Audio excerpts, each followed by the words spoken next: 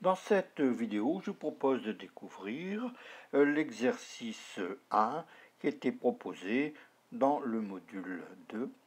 J'ai lancé maintenant Excel depuis l'iPad. Je vais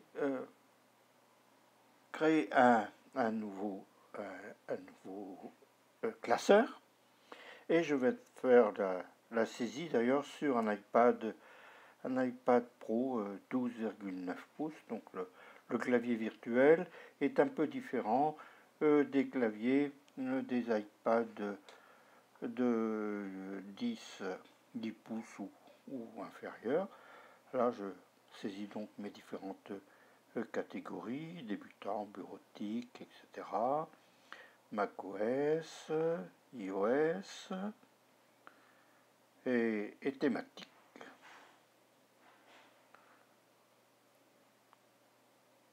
Je vais ensuite enregistrer les différents mois, septembre, puis octobre, novembre et enfin décembre.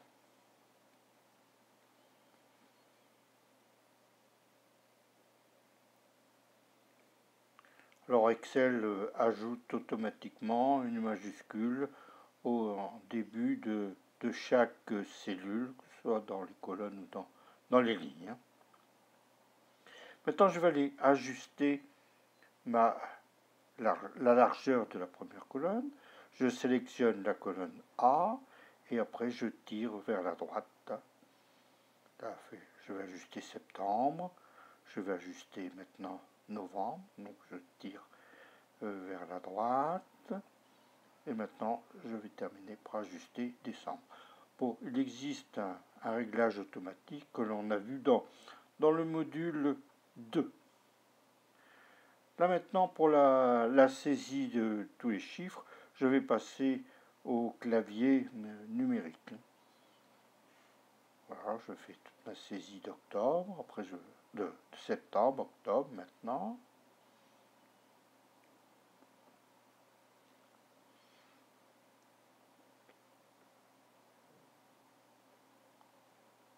Alors là, une petite erreur, je vais rectifier, je ressaisis mes données en novembre. Alors, comme je l'ai indiqué tout à l'heure, mais je n'ai pas fait de commentaire, le point représente le déplacement de la souris, parce qu'il est possible de connecter une souris Apple Mouse, donc là dans le cas présent c'est une Apple Mouse 2. Bon, c'est plus pratique, en particulier pour faire les didacticiels, parce que ça permet de bien voir là où on va. Maintenant, on va aller enregistrer le premier classeur. Bon, il s'appelle ici classeur 1. Je sélectionne sur mon iPad, je vais changer le nom. À la place de classeur 1, je vais l'appeler exercice 1. Voilà, exercice 1. Il est bien sur mon iPad et je clique, puisque j'ai une souris ici, sur enregistrer.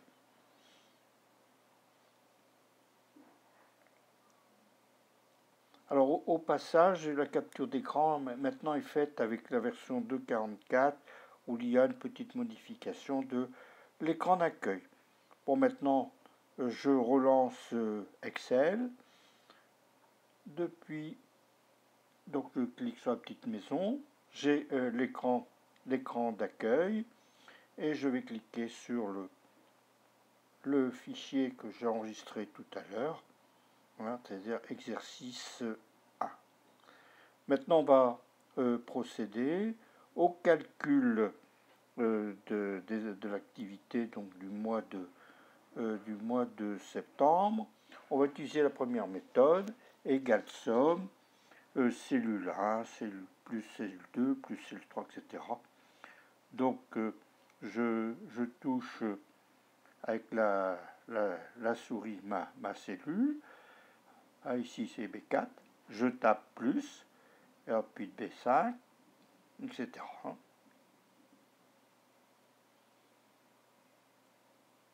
Voilà, maintenant ma formule est terminée. Je termine en fermant la parenthèse. Voilà, donc maintenant, j'ai bien somme de B2 plus B3 plus B4, etc. Alors maintenant, je vais procéder de façon différente, puisque toutes notre cellules sont consécutives au niveau de la somme. Je vais utiliser égale somme. Je clique sur la première cellule. Je clique sur la dernière. Elles sont sélectionnées. Automatiquement, ça m'a sélectionné B2, 2 points, B7. Donc ça signifie faire la somme de B2 à B7. Et maintenant, je vais aller répercuter cette fonction-là qui est en B8 sur les autres colonnes. Je vais faire un copier et ensuite un coller et encore un coller pour descendre. Là, donc, c'est une première méthode. Alors, je vais maintenant sauvegarder le classeur en lui donnant un autre nom. Donc, j'ai enregistré une copie. Et là, je vais faire exercice 1AA. Bon, sachant que ces exercices AA, etc. étaient déjà faits, mais je refais. Maintenant, je vais aller faire les sommes de chaque catégorie, donc des lignes. Donc, je vais faire ma première ligne, la première ligne 2, égale somme. Je clique sur les différentes cellules B2 à E2 et ça m'a inséré E2, B2, 2 points, E2, donc faire la somme de B2 à E2. Maintenant, ici, je vais procéder d'une autre façon. La somme, je vais la recopier par la technique du remplissage. Voilà, les totaux ont été refaits.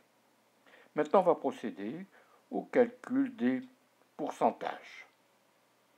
Donc, je vais me positionner en G2, égale somme. Je vais taper, donc, égale somme.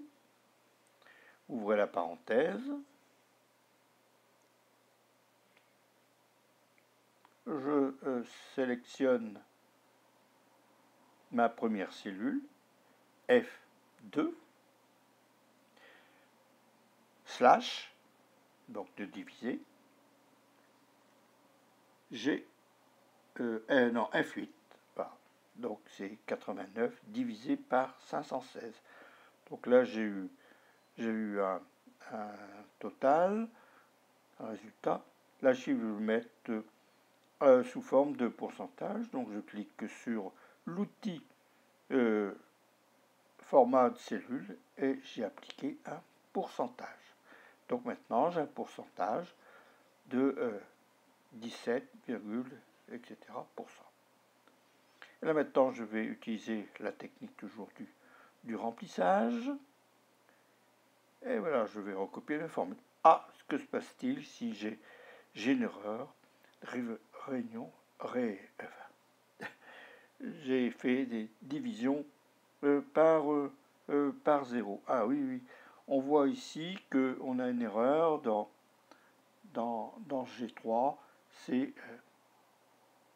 on a divisé par F9. Or, F9 est nul. Bon, évidemment, on a utilisé ici les facilités d'Excel qui a fait une évolution des arguments. Bon, là, il faudra maintenant rectifier notre première fonction. Donc, je vais taper F $8 pour dire que la ligne 8 doit être absolue et ne doit pas évoluer lorsqu'on fera la recopie. Donc ici, toujours par la technique du remplissage. Ça y est, ma formule a été rectifiée. Je sélectionne ma cellule, remplissage, et je je descends, et voilà. Maintenant, mon tableau a été refait. Il est... alors, on met les pourcentages, bon, c'est surtout lorsqu'on débute, quand on veut être sûr, pour vérifier qu'il n'y a pas d'erreur de saisie. Donc là, j'ai mis maintenant en rouge le total de F8.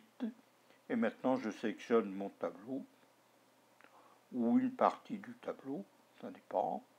Et je vais appliquer une bordure. On va faire toutes les bordures. Bon, ça permettra d'avoir un tableau qui est un peu mieux au niveau de la présentation, surtout si on veut l'imprimer. On va terminer par enregistrer la copie. Alors bien ici que la copie soit automatique. Bon, éventuellement, on pourra l'enregistrer sous un autre nom. Bon, c'est le cas. Alors, je vais l'appeler exercice 1AA1. Bon, éventuellement, on pourra bien sûr l'enregistrer sur son OneDrive ou dans un autre nuage via la facilité du passage par l'application fichier. Et voilà, maintenant, mon exercice est terminé. Il a été enregistré. Donc là, toujours, c'est la présentation, la version 2.44. Alors maintenant, on va aller rechercher la version de l'application Excel. Donc je vais aller dans les réglages et je vois Excel par ordre alphabétique. Et voilà, on a la version 2.44. Je vous remercie pour votre attention et je vous dis à bientôt.